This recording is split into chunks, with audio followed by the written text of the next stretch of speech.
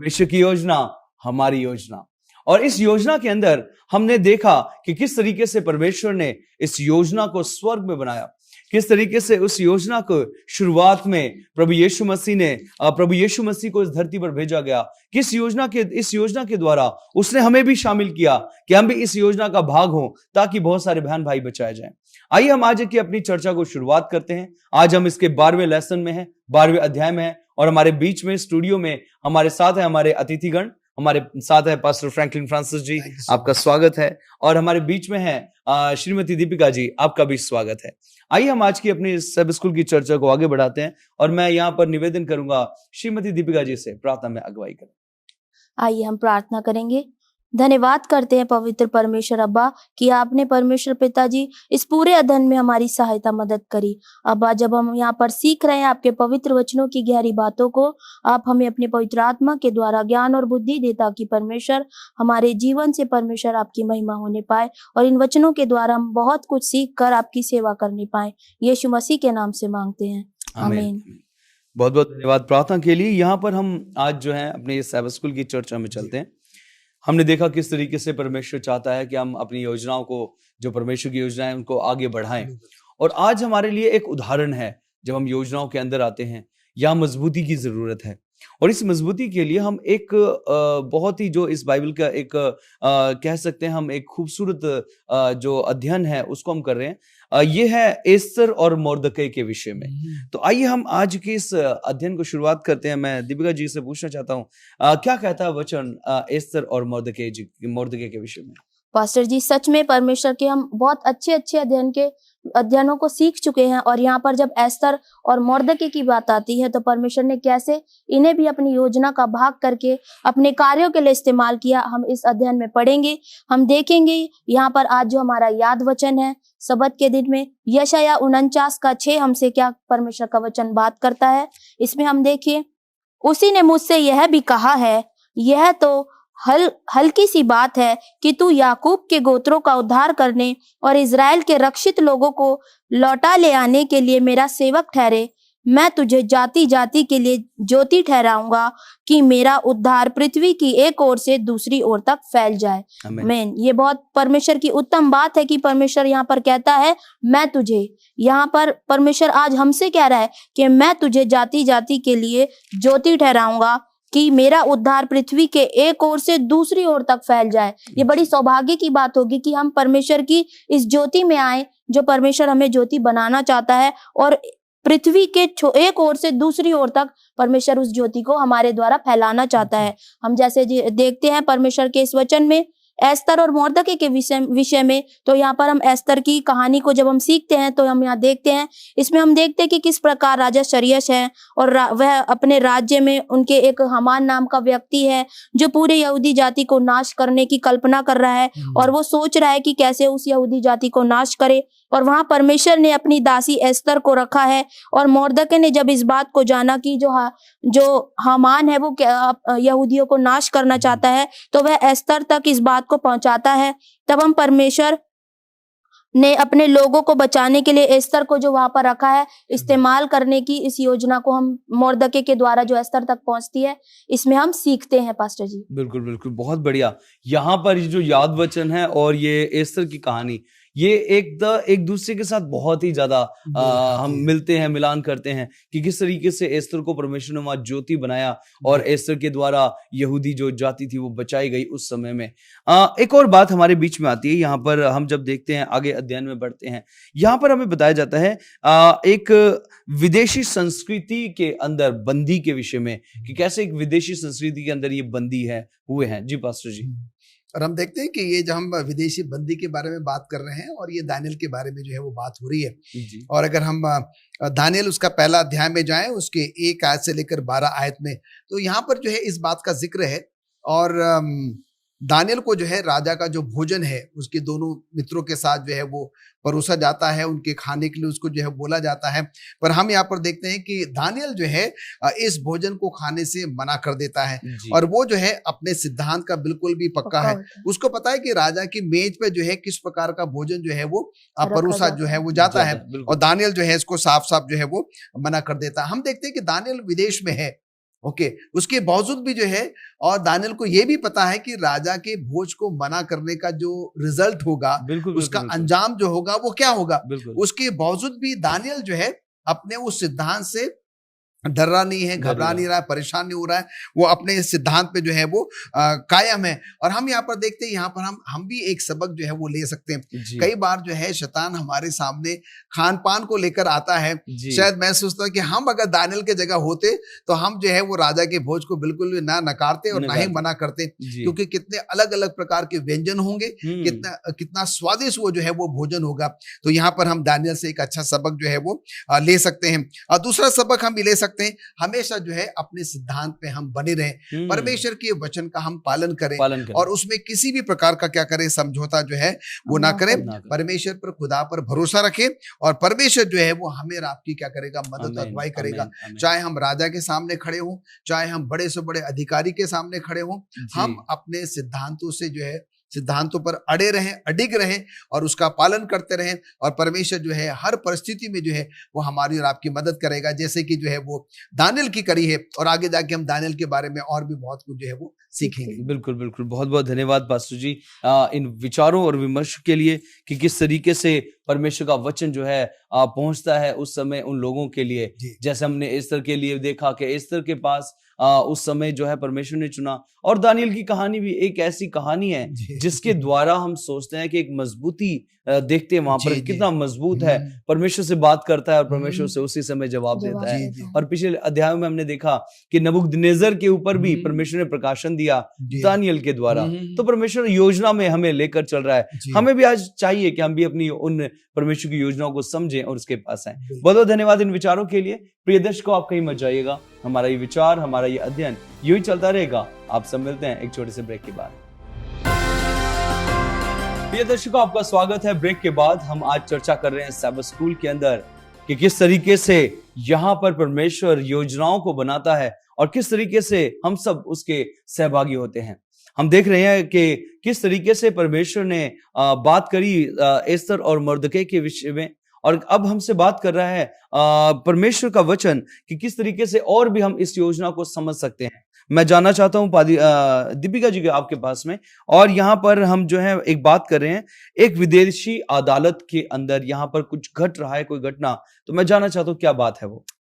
यहाँ हम देखेंगे पास्टर जी के एक विदेशी अदालत में, अभी हमने जैसे एस्तर के विषय में सीखा, और हम यहाँ पर देख रहे थे कि आखिरकार अभी हम यहाँ देख रहे हैं कि आखिरकार बेबीलोन के पतन के बाद और मादा फारस के उदय होने के बाद से यहूदी अपने पुरखों के देश लौट गए, लेकिन सभी नहीं लौटे। कुछ जो थे वहां रह गए थे, कुछ वहीं रह गए थे जहां वे पीढ़ियों से, उससे भी अधिक पीढ़ियों से, कई अधिक पुराने समय से रह रहे थे। अगर एस्तर 1-2 में अगर हम देखते हैं, उन दिनों में वहां पर राजा सरेश के विषय में हम जानते हैं। उन दिनों में सरेश राजा अपनी राजगद्दी पर था, जो शूशन नामक राजगढ़ था। अब यहाँ पर हम देखते हैं इसी राजा के अधीन फारसी साम्राज्य भी थे।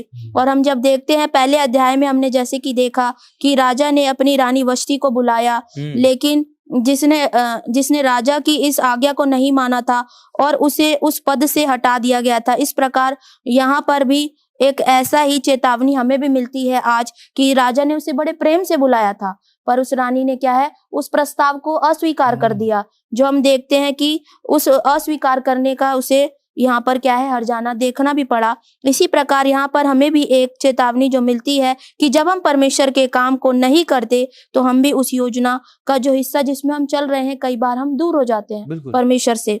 इस अध्याय में हम देखते हैं, अध्याय 2 में हम देखते हैं कि मोर्दके और एस्तर की ऐसी दशा के विषय में हम सीख रहे हैं कि क्या हो जाती है। जो मोर्दके जो होता है वह एक शाही ओहदे पर होता है, और उसकी जो ड्यूटी होती है, अगर हम जैसे देखें, फाटक पर होती है। एस्तर उसकी चचेरी बहन थी, जिसे उसने उसके माता पिता की मृत्यु के बाद क्या था, अपनी एक बेटी की तरह उसका पालन पोषण किया था। और यह यहाँ एक और अदालत लगती है जहाँ पर राजा के लिए राजा के लिए रानी चुनने की बात की जाती है, क्योंकि जी, जो वष्टी थी उसने क्या है उस प्रस्ताव को अस्वीकार किया, तो जो पटरानी का पद था वो क्या हो जाता है, रिक्त हो जाता है। और यहाँ पर हम देखते हैं जो दूसरी अदालत लगती है तो वहां पर इस बात को रखा जाता है। पहली अदालत में रानी वष्टी को निकाल दिया गया और दूसरी अदालत में नई रानी को चुनाव करने की बात रखी गई। और यहाँ हम एस्तर को यह मौका मिलते हुए देखते हैं कि रानी वष्टी के स्थान पर वो पटरानी बन जाती है। बिल्कुल बिल्कुल। ये यहाँ पर फिर से एक परमेश्वर की योजना के अंदर जो एस्तर है जी उसको खड़ा करने की बात चल रही है। एक जाति है लेकिन वहां पर परमेश्वर की योजना थी, यस तो उसको प्रभु खड़ा करने वाला था, क्योंकि उसके नाम से, उसके जीवन से एक बहुत बड़ी गवाही आने वाली थी। जी जी बहुत बहुत धन्यवाद दीपिका जी आपका इस विषय में। अब हम यहाँ पर देखते हैं एक और बात को, मुर्दके का एक विश्वास योग्य गवाह है जो हमें मिलता है इस पुस्तक में। जी पास्टर जी।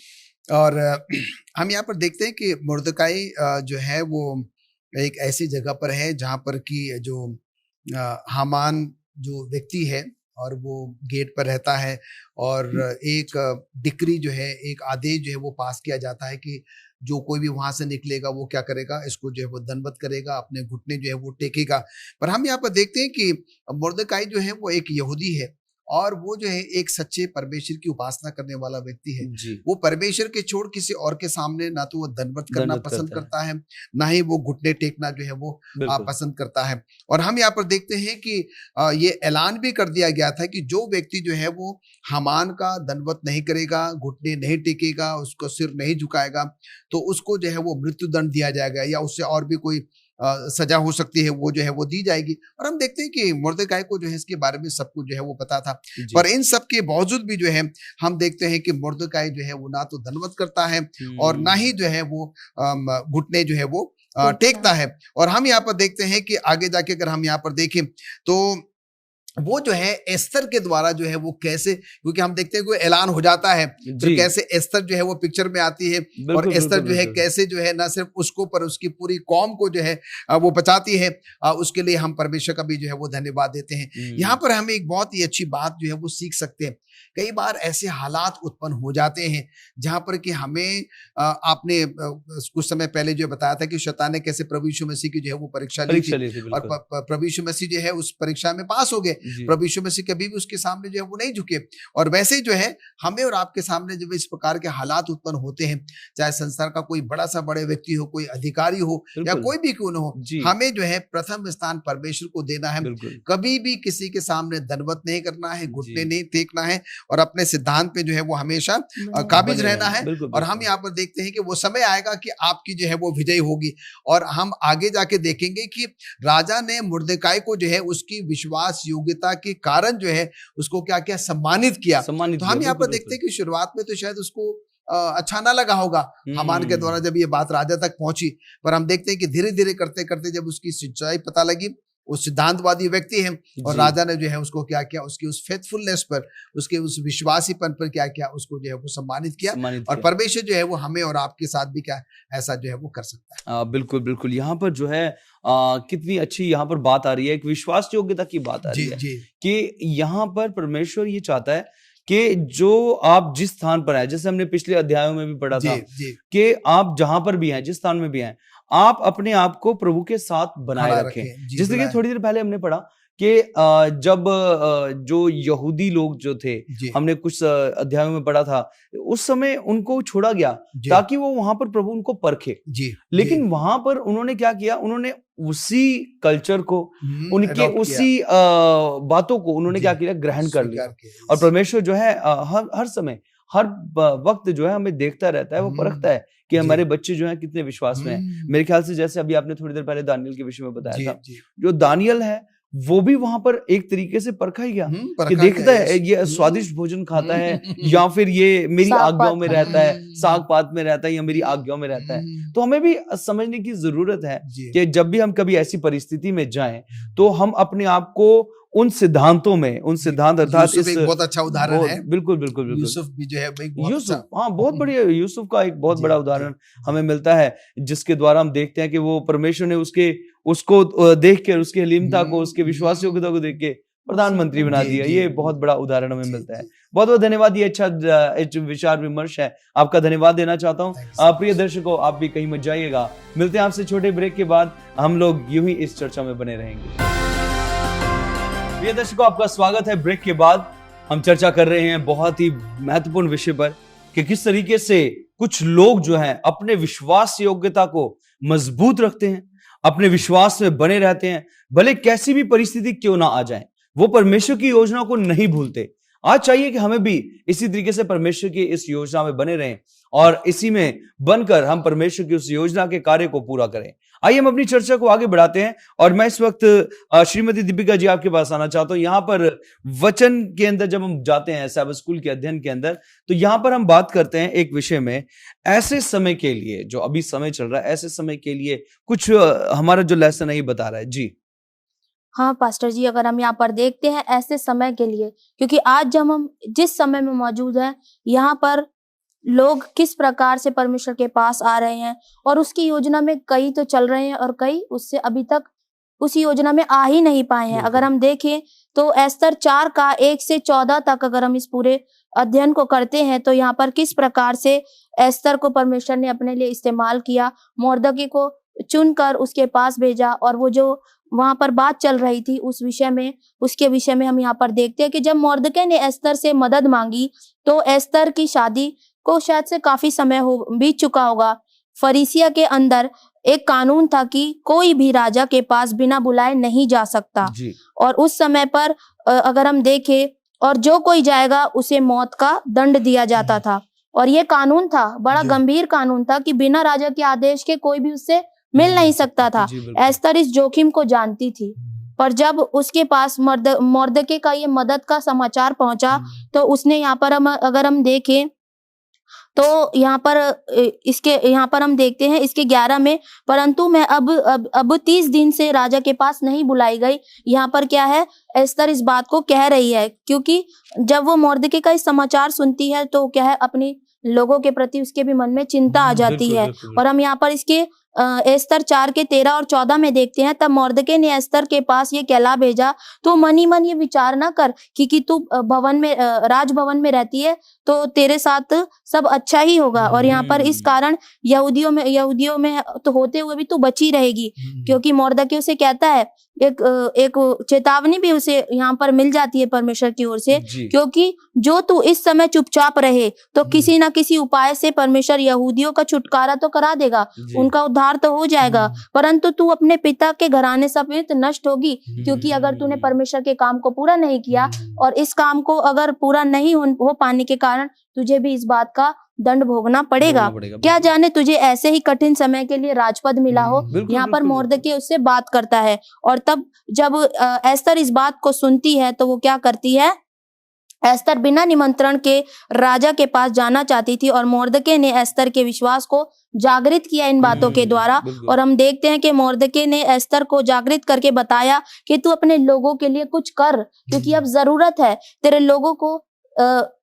लोगों को इस कठिन परिस्थिति से बाहर आने के लिए। आज हमारे लिए भी कुछ ऐसे सवाल आते हैं कि जहां हम हैं वहां किसी मकसद के लिए हैं, प्रभु ने हमें भी वहां किसी मकसद के लिए बिल्कुल, रखा है। बिल्कुल, और अगर हम एस्तर के विषय में देखें तो अगर परमेश्वर ने उसे राजभवन में पहुंचाया तो अपने लोगों को बचाने के मकसद से पहुंचाया। एस्तर ने अपने उस समय की परिस्थिति को समझा और प्रार्थना की और अपने लोगों को वहां पर अपनी सूझबूझ के द्वारा, प्रार्थना के द्वारा और मोर्दकै की बात मानने के द्वारा अपने लोगों को बचा लिया। बिल्कुल, बहुत बहुत धन्यवाद। यहाँ पर ये एक बहुत ही बड़ी बात आती है जी। कि ऐसा ही कुछ हाल आज के दिनों में भी है कि जब दुनिया जो है, संसार जो है अंत के समय में चल रहा है और ये समय है जब प्रभु हमें कहता है कि हमें जाएं और उस योजना का एक हिस्सा बने। जी। उस समय में एस्तर को परमेश्वर ने इस्तेमाल किया, इस्तेमाल इस समय में हमें जो है प्रभु इस्तेमाल कर रहा है। जी। अब यहाँ पर एक चमत्कार की बात आते जी। हैं जो बताता है बाइबल के अंदर, इस साबित स्कूल के अंदर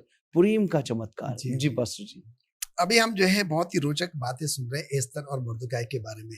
और परमेश्वर ने अपनी योजना के तहत एस्तर को जो है वहां पर पहुंचाया और जी। मुर्दकै ने जो है उसको वो सारी बातें समझाई। अगर तू अपने उस समय का, मकसद का जो है अगर तू फायदा नहीं उठाती है तो ना सिर्फ तू पर तेरा पूरा घराना जो है वो तबाह हो जाएगा। तू ये मत सोच कि तू जो है अगर राजघराने में तो तू जो है वो सुरक्षित जो है वो रह जाएगी। अब हम यहाँ पर देखते हैं, अगर हम एस्तर 9:1-12 अगर हम पढ़ेंगे तो यहाँ पर हम देखते हैं कि राजा जो है वो एस्तर के निवेदन को जो है वो स्वीकार कर लेता है। बिल्कुल। और यहाँ पर जो ये पुरीम में जो आश्रयक्रम हो रहा है, अब यहाँ तक क्या था कि न सिर्फ मुर्दकाय और पूरे यहूदी लोगों को जो है वो नष्ट करने के लिए, मारने के लिए जो है वो योजना बनाई जा रही थी। और वो जो कानून जो तय किया गया था वो सोच रहे थे कि भाई अब क्या होगा, एक और कानून बना दिया जाए, क्योंकि इन्होंने निवेदन तो अपना सबमिट कर दिया है राजा के सामने, पर इनको ये लग रहा था कि भाई एक कानून ऐसा बनाया जाएगा कि ये उसके और भी विपरीत होगा, ये इसके और भी कठिन या कड़ा होगा और ये जो है बिल्कुल भी बच नहीं सकते हैं। पर हम यहाँ पर देखते हैं कि वो कानून वैसा नहीं बना और वो कानून जो है मुर्दकाई, एस्तर और यहूदी लोगों के फेवर में आया।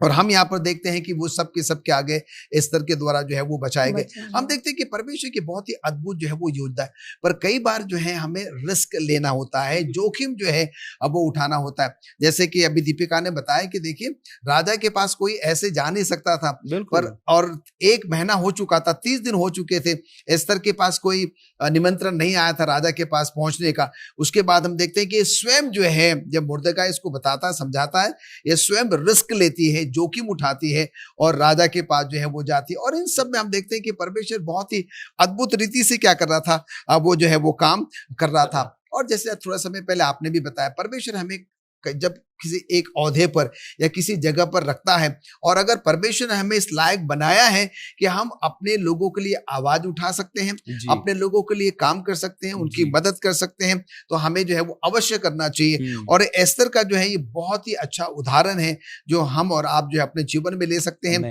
अपने सेवकाई में जो है वो ले सकते हैं। और हम देखते हैं कि कैसे वो अपने लोगों के प्रति समर्पित थी, उसने अपने लोगों के लिए एक बहुत बड़ा जोखिम उठाया। और हम और आप भी क्या कर सकते हैं, ऐसे जो है वो जोखिम उठा सकते हैं। और परमेश्वर का वायदा है कि परमेश्वर जो वो हमेशा हमारे और आपके साथ साथ रहता है। पास्टर जी बहुत बहुत धन्यवाद इन अच्छे विचारों के लिए और धन्यवाद दीपिका जी आपका भी इन अच्छे विचारों के लिए। हम यहाँ पर देखते हैं एक सबसे महत्वपूर्ण कड़ी जो अब तक हमने देखी है कि इस चीज को बांधे हैं, वो है उपवास और वो है प्रार्थना।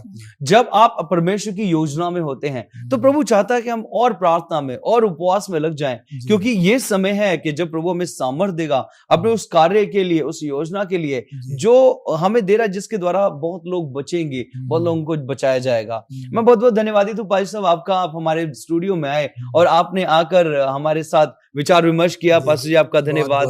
धन्यवाद दीपिका जी कि आप हमारे बीच में आए और अच्छे विचारों को रखा। प्रिय दर्शकों, मैं आपका भी धन्यवादित हूँ जिन्होंने इन विचारों को, इन अध्ययनों को बड़े ध्यान से सुना है। हम चाहते हैं कि प्रभु आप इन विचारों को जो प्रभु के योजना है अपने तक ना रखें, इन्हें बांटे दूसरों तक, ताकि हर एक जन परमेश्वर की योजना को समझे और आशीष पाए और हम सब तैयार किए जाएं। हम आपसे मिलते हैं अगले अध्ययन में, तब तक आप सबको जय मसीह की।